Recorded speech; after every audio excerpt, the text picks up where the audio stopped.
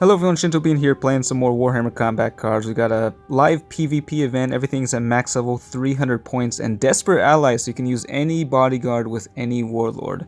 Makes for some pretty crazy combos. Managed to get a copy of Arcadian Leontis, the new Supreme Commander, so I'm running him with the Storm Surge Battlesuit from Tau.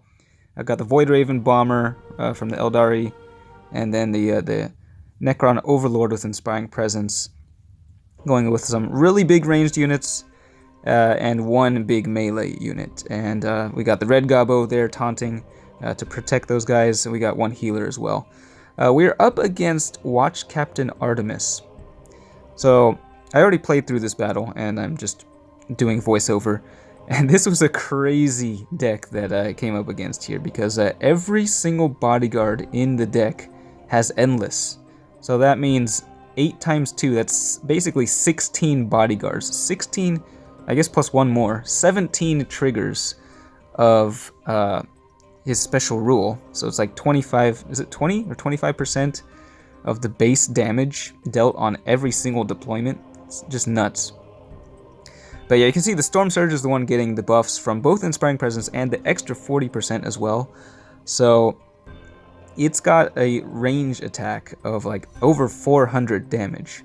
400 range attack from the Storm Surge, with Barrage dealing, you know, crazy amounts of splash damage. So that was pretty fun to see. You can see right here, 405 and then like 160 some damage. I've sped up the gameplay to double, so it's a little bit almost too fast to follow. But yeah, and then the Overlord over in the right lane is hitting back pretty hard because he's getting 40% buff to his melee attack as well. So those two guys are the ones who are just getting continuously buffed here. It also helped that we had the initiative, so going first gave us that buff at the very beginning of the game. If the enemy starts the game, if they have the higher initiative, then they'll be able to go one turn without you having the buffs from Leontis' special rule. So there's one incentive to go with like a higher initiative deck. Now I was able to bring in the healer here, luckily, because the Overlord was one trigger of Artemis' special rule away from dying. It does exactly 55 damage. He had 55 health left. So that was kind of scary. But yeah, they just keep on coming, these bodyguards. They die, they come back, and every single time they're dealing just a percentage damage. 55 to the Overlord is like 80 something to the Storm Surge. Yeah, 83 right there. And then they got Death Blow. I mean, all kinds of stuff. So this is a pretty fun one. I've never actually tried Artemis in, you know, Desperate Allies PvP, so I kind of want to, I'm tempted to try that next. There, the Overlord goes down to the special rule, then the Death Blow goes off, and then everything is just dying left and right. So now all we have is the Warlord, and then the Void Raven Bomber. I mean, it is pretty fun seeing, like, them deal, like, this extreme damage at max level. I think, we'll see on the following turn after they go with this melee attack here. Coming pretty close to taking out the Warlord. But yeah, now the Void Raven Bomber is the one getting the buff. So 277 increased with the ranged scout to 568 barrage damage. Quite a bit there, but then, yeah, with the next deployment, the Warlord is already dead. So not the strongest special rule, I gotta say, for Arcadian Leontis. Now for match number 2, I'm just going to go with good old Supreme Commander Abaddon, running all melee buffs. I've got a mix of Death Blow, Furious Charge, Fear, and Inspiring Presence in here as the main traits, so it's a pretty powerful build. Got a mix of bodyguards from all these different factions. And in this one we find ourselves matched up against Trazen the Infinite, who is able to potentially steal the highest cost bodyguard on my side.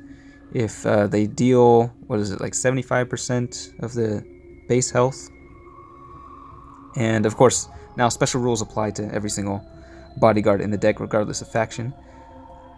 So I'm starting off with the small stuff here, but also bringing out the Overlord with the shields. I think he's durable enough that he should be able to be okay. He's the one getting targeted currently. But all we have to do to avoid him getting stolen is then to deploy something of higher cost. Now the Furious Charge knocked out the Bomb Squig, and then the Death Blow took out the Gene Stealer before it could attack. We did start the turn with the 3 buffs though, so That little dude dealing like 150 with his attack, and then plus the death blow again. Got the Night Before Squigmus, though, going off, and actually managed to knock out, I think, 3 shields on the Overlord in 1 turn, which is pretty crazy. So he's already kind of in the danger zone. They're bringing out a Transcendent, so lots of barrage over there, lots of damage that's going to be hitting all 3 lanes. Bring out the Neurolictor there with Fear. It's kind of a good counter to the Baneblade. And they go for the ranged attack, of course, dealing quite a bit of damage, but not quite enough to take out the Deathblow guy in the center lane. And then we got a pretty big attack here. Lots of damage. The Deathblow goes off on the Night Before Squigmus, triggering the Deathblow on the Space Marine. And yeah, his big guys on the other side are at very low health. So now we do want to deploy something of higher cost to avoid him stealing the Overlord. Now, I made the mistake of deploying this guy here with Deathblow. Deploying something with Deathblow as your highest cost card is quite risky, as you can see here, because it's just going to get stolen. So they get a free Deathblow. Obviously, the Deathblow doesn't go off for me. So that was a huge mistake. I deploy the Warlord alongside the final 2 bodyguards. Is it going to be enough to get through? They still have 8 bodyguards, including the one they just stole from me. And Mephiston is now the highest cost one on my side. But the Furious Charge from the Solitaire takes out the Transcendent, giving us 3 more melee buffs before attack, and that's a huge amount of damage right there. Taking out Celestine with Mephiston. The Baneblade goes down to Abaddon, and then the Solitaire is able to finish off the resurrected Celestine as well. So we got ourselves a nice big melee attack charged up for the following turn. And I don't think they have a whole lot left in this deck. They just deployed the card that they stole from me. They got the Red Gobbo and then just a Mucilid Spore. So lots of Deathblow in this deck. They're going for the melee. And I don't know if the Deathblow... I mean, with all this Deathblow going off, they actually do have a pretty good chance of taking out Mephiston, or stealing Mephiston, rather, if they can manage to deal enough damage to him. The Fear helps mitigate a lot of that damage, but here goes Deathblow number 1, and then Deathblow number 2 over there, leaving Mephiston at 116 health, so he is pretty low. But yeah, just the amount of damage that this deck can do with Abaddon it's pretty nuts. So all they have is a weak little Deathblow guy over there. They do go for the melee, and the Deathblow actually ends up being enough to steal Mephiston. So in the end, they do manage to take that one, which is pretty surprising. The counterattack busts through the shields, but leaves Trazen alive with 136 health. But we have a really huge melee attack charged up here, and Abaddon able to deal 676 damage, easily able to crack through the shield and knock out Trazen. So pretty fun match there. Desperate Allies is a really fun modifier. Hope you enjoy these games, but that's it for this one. Thanks for watching, and I will see you next time.